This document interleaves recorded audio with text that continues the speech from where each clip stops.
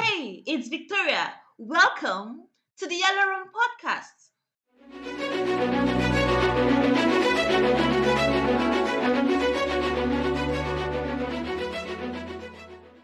How you all doing? How you doing today? I'm fine, thank you. Good to see you. How you doing? How's the family and everything? My personal situation is fine. All my family is okay. Oh, okay. So how you feeling now that the war has been like there's a deal at least? What how do you feel now? The war is in Israel. It's just a ceasefire. We are not sure that it's ended. It's still very confusing situation here. Things are changed, and we don't know what is going to be in the future. So it's we hope things will get better. Yeah. Really hope it stops very soon. Okay, so meet our guest from today, Uriel. Uriel is from Israel. He is a seasoned full stack developer with a passion for back-end technologies. He also started an open source community to encourage developers to contribute to open source. So, welcome to the Yellow Room podcast, Uriel. Hi, good to be This is here. a safe space. Yeah. This is a safe space for job seekers to share their stories, be vulnerable, and also be a friend to share, this burden with because the job market is so tough. So, Uriel and I have been friends since 2023. We worked together to establish the African open source community before the October 7th attack. It's so good to meet you again, Uriel. To meet you too. Okay, so you mentioned that you were an ultra Orthodox Jew, which means Uh, you don't believe Jesus is the Messiah, right? So why don't you share this belief anymore? I just changed my mind about it.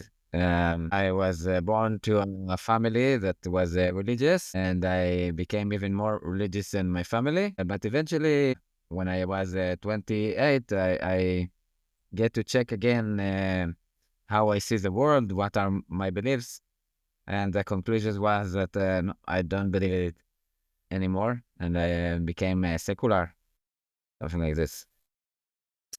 Okay. Is there any situation or event that influenced your decision to change your belief? Okay. What happened that I tried to understand more deeper the way of life that I believed. The problem is that I don't know what the listeners know about the ultra orthodox way. So I'll try to say general words about it and try to explain. It's a very strict way, and the specific belief that I had, it's connected to Rabbi Avraham Yitzchak Kook, if someone try to learn about it more. So it's have a optimistic view that our belief is connected to the world and it's a basic truth of the world. And then I just try to understand, okay, how it's supposed to be outside of the community that I lived in. And eventually what I saw is that it can be a nice belief, but I don't think it's really connected to the reality and all the things that are going on in the world. It's more optimistic view and a belief that people want to believe and they have the tradition of the Jewish people and they take it too much far. And I don't think it's so true as I thought. It was surprising because it wasn't my first purpose. I thought that I will understand better my belief, but eventually I got to the conclusion that no, it's not like I thought. Well, how did your parents, your siblings, how did they take it? How did you share the news with them? Well, my parents supported me, not my opinions, but they believe that each one need to choose his way in life. So if this is a way that I want to go, it's okay from them, and they will help me because I'm their son. As I mentioned, they are not so religious as I became, but I was married and I had 5 children. And for my wife, that she was also Orthodox and had a very strong belief. So we didn't manage to find a way to go on together and to live in peace because she saw it as kind of a betrayed. That I changed the rule of our lives. So eventually we got a divorce, and yeah, it's a sad thing that happened from that. So sorry about that. Okay, so let's talk about the war, right? You mentioned in the form that Okay. before the war started, you were working with a project-based company, and you were rounding up the project before the war started, and you're already looking out for your next opportunity. So how has the war affected you, like job-wise, like right? Like before the war, was the job market better in Israel, or it was worse? Okay. Even before the war, it was a hard market in Israel because there was the hype and the big jump of the after the coronavirus that there was a lot of money in the Israeli high tech sector, and all the companies try to find workers and try to get bigger. Uh, like in this 2021, the start of 2022, there were a lot of position open and a lot of recruitment, but um, in 2023, it became less attractive, and it was harder to find a job. I finished my job, as you said, in the project-based company. I worked in a project for a Wix company. It's a well-known company of website building. Builder, It's yeah. a platform to website Wix. So we did a project for them, and the project ended. So I finished my work there at September 23, October 7th in Israel. So the war started when I just was in the beginning of essentially my next job, Yeah. and then it was I worked only for a year and a half, so I don't have much of experience, and there are a lot of fired people in Israel, people that have more experience than me that are now looking for the job, and there are less jobs.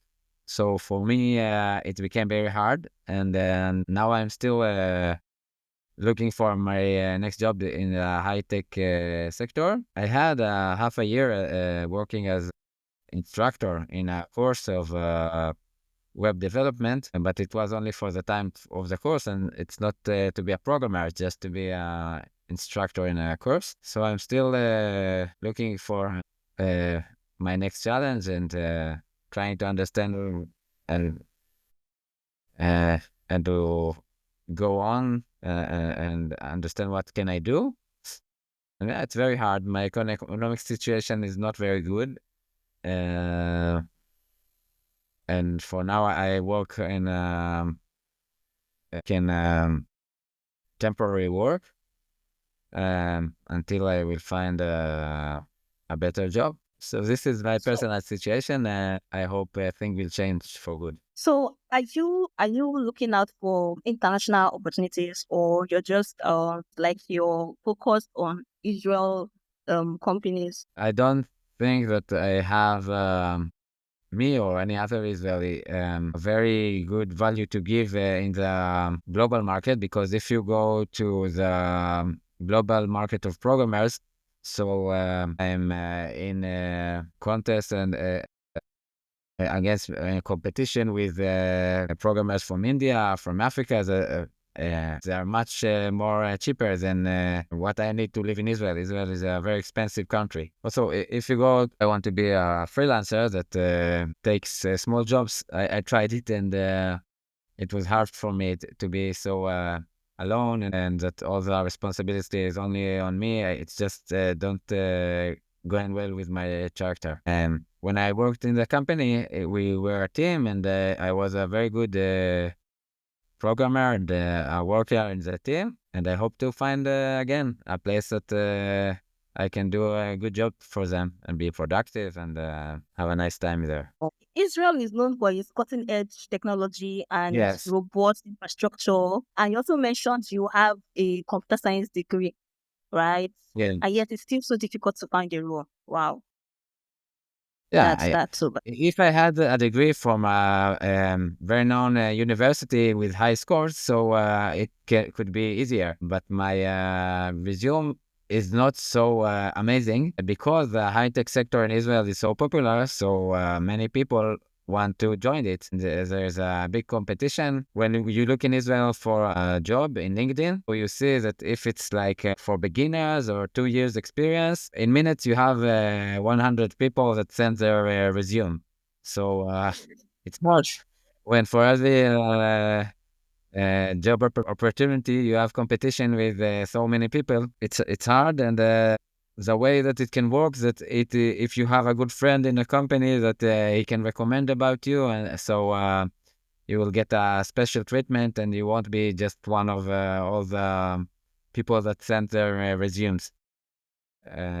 So if you will find in Israel someone with more experience than me, he won't have the same challenge of finding his next job, and maybe he will need to um, get less salary than he had in his previous job. But there's still a lot of high-tech companies in Israel, and a lot of things that's happening. But with that come a lot of eventually much more people that are want to join it. So it's hard for beginners to find their first job or second job if they don't have enough experience.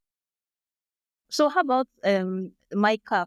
If I got to pronounce it, if I pronounce it well, MyCAF community, the open source community, that could be a leverage for you Markup, yeah. when you're submitting your resumes. You can say you actually built a dev. I think you over how many thousands developers or hundreds in that community.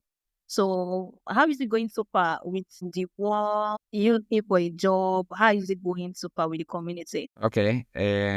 Yeah, so I established a community. It's called in Hebrew Ma'akaf. And the idea of the community is to connect programmers that want to contribute to open source, to projects that will be relevant for them to contribute. And yeah, it went very good. We have around 1,000 people there, or even 2,000, something like that. And in the last month, because of my personal situation, that I have a lot of mess, and when I worked as an instructor, it was in a place that far from where I live, so I had a lot of hours driving, and all the day I was working in front of people. I didn't have a lot of free time, so I had less time to manage the community. So it's very challenging for me. In the last month, I less active as a manager of the community. But the idea is great. It worked, and still people are connecting through our WhatsApp group and our Discord server. And people in Israel, if someone thinks about contribute to open source, so he eventually will hear about our community, and he will go to our group and will ask, okay, I want to contribute to open source. What project can be relevant? And he will get a relevant answer. And so the idea is really good. We had meetups and a lot of activity. Even in September 23, just before the war began, I went to an international conference in Spain. In Spain, why I forget the name of the city. I was about to even ask you about it too. Bilbao. It was in Bilbao. So I was thinking, maybe this MACAF community could be a leverage that you could use for your application. Yeah. And also, how has the response been so far since you mentioned the community? Like, have they gotten back to you? Have you gotten interviews or feedback from people you've been applying? Applying to. Yeah. Yeah. Yeah. The community is helpful. Um, and I got interviews for jobs by friends from the community that recommended me, but eventually it did it ended as a contract and starting to work. Even what I found is that It's not helping. It's help, but not amazing and not enough that it will make the search of work in Israel easier, because the people in the industry in Israel are not so big fans of open source. And given that we had in the community people that really did great things, and you can see in their GitHub that they are really serious in what they are doing in open source.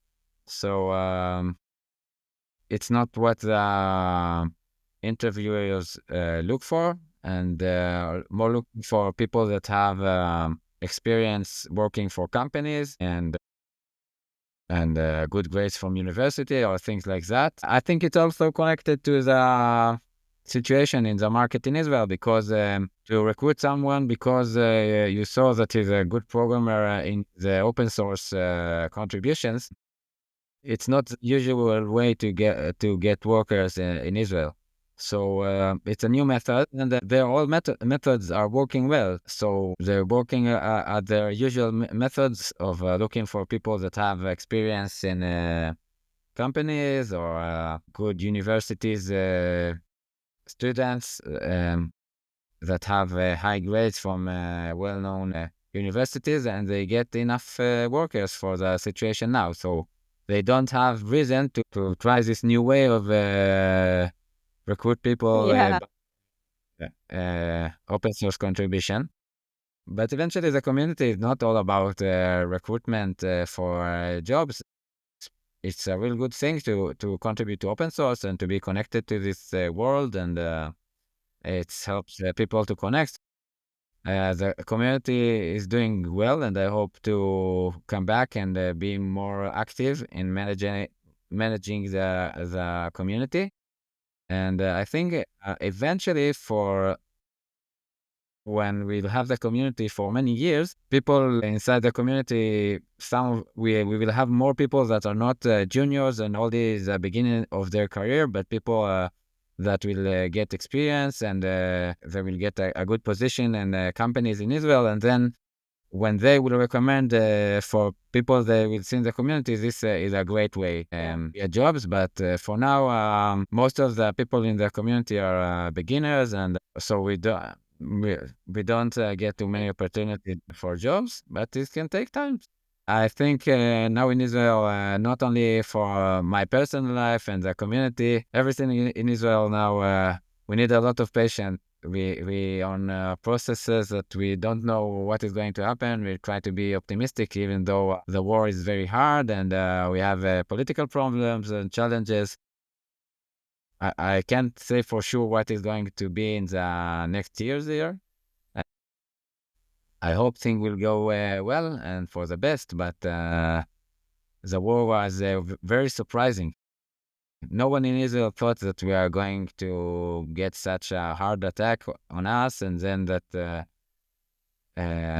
war against the Hamas will take so long, and it will be so hard. So I think we are still surprised here in Israel in our situation, that no one thought that things like that can happen. And we hope that now that there is a ceasefire, and it looks like things are moving to a better future, that this is really what is going to happen. We don't know So yet. We will know in the future. yeah. So let's say the war officially ends, right? Would you how will I say this? Do you think it's going to change the job markets? Do you think it will open more opportunities? And would you consider maybe applying to US roles or US companies or big international companies? As I said, me personally, I don't think for Israel is the international option is very good, because the life here are very expensive. If you work Yeah, in an you Israeli mentioned. company, you get a salary that is enough for living in Israel, but the salary that you will get from international position is not enough for living here. Wow. Unless you are very senior and you have a very special offer to give to the international company, so it's a different situation. for very specific people. But standard Israeli programmer is better to find a job in Israeli company. So if the war is ended, there will be more investing in Israeli high tech, and there will be more money, and companies will Yeah. grow, and more workers it can be. And we hope that the period after the war will be a good time, that Yeah. we will have motivation to work for our country, and then more kind of patriotism and a will to see a better future. We hope for good, but we still don't know. It's it's something that we will only know in the future. If I'm looking like on Ukraine, I think that also there they have their hard war with Russia, and no one thought that it will take so long. So I hope that we will have a good future here in the next years. But it's not that we have enough information to say, oh, it's sure going to be good. No, things that are open, and there are also uh, the opportunities that it's going to be still very hard in the next years in Israel. So if the IDF, like, if they are paying very well, will you join the army? Can you hear me? We want peace, and we want a good life. So we have enemies that want to kill all the Jews. Anti-Semitism the and very radical Islamistic beliefs. So we must defend ourselves. And personally, I hope that we do it in the best way, is to mostly bring peace to the world, and make everyone lives better. Us, and I hope eventually our enemies. It's hard. Well, as a Jew, we have jokes that when you wake up in the morning as a Jew, someone in the world want to kill you. This is our position in life. My grandmother and all these generations, they were in the Holocaust. So we must defend ourselves. And we have a good army, and also a good military industry. Maybe I will find myself there, but I don't know. So how has life been since the war for you and your family? I don't live really near the borders. There was alarms sometimes that we need to go to the shelter because of sometimes we get missiles to our area, but we didn't have a lot of alarms. So mainly the life are as usual as my personal life. But we have the news, and I have friends that killed in the Hamas attack at October 7th, and people from the north near the Lebanon border that became homeless. They need to find where to live. The government gave them a hotels room, and they became refugees in Israel. So I, I I hear the news here, and we feel it now, like because we have more taxes, and each one in Israel knows someone that is connected to the war, maybe died or injured or left his home, things like that. I know personally a lot of friends that have this situation. Yeah, it's we are very connected here in Israel as a part of the Jewish people, and the only Jewish state all over the world. So even if I don't feel it personally, is that I'm under attack, and something in my neighborhood is different, but we very feel it as a nation, as that we are very connected to each other, and yeah, we hope to have better days. We already had, so we hope that we will have again a more peaceful life, and that it will only get better, not like what we had now in this surprising war. So you mentioned earlier that you don't have enough experience as a developer. So what are you doing, like what are you doing to gain that experience right now so you can have better opportunities? Basically, my way is really to contribute to open source, and to connect to people that are working, and by their recommendation to get jobs. But I really in hard economic situation, so I just try to find a job temporarily, because to find a job as a programmer, it takes a lot of time. Even if you go to a good process and the company get you to an interview, so you will have a series of interviews until you will have the job and then to sign the contract. Um, Meantime, I need to buy food in the supermarket. So I have a basic challenge before I will find a better job in the high-tech sector. I hope eventually things will go well. But for now, my personal challenge is just to get even economically, to have a basic job, like to be a guard in somewhere or to a mall or something. In Israel, because of the security situation, so there are a lot of guards everywhere, and it's an easy market. If you want to be a guard, you will get a job there because there are not enough people to do that. Or other jobs that is just easy to get. And I think it's like to be in America, the United States, McDonald's worker. It's a Oh, basic job that you get. So I think this is what I'm looking for now. This is my personal challenge, and eventually I hope that I will have the long way and patient to try again and again to get a job as a programmer, because this is my knowledge, and I want to work in what I know and in what I like. So personally, I'm in a specific situation that is very challenging, but I try to do my best and hope for good. yeah, yeah. Always. You always have to stay positive. The job market is so tough, so you always have to stay positive as job seekers. So how do you feel? How do you feel after having this chat with me today? How do you feel talking about your job experience and about the war? I always like to talk. I hope that I was understandable, even though my English is not the best. And it's good because in my situation, I kind of lonely because I'm not part of a team working, and I'm still looking for my way. So if anyone that have the time to talk and listen to me, it's good for my mental health, something like that. Oh, It's give me a good feeling, and yeah. I hope that if someone listened and enjoy, and it was interesting for him and gave him knowledge or ideas. It's great.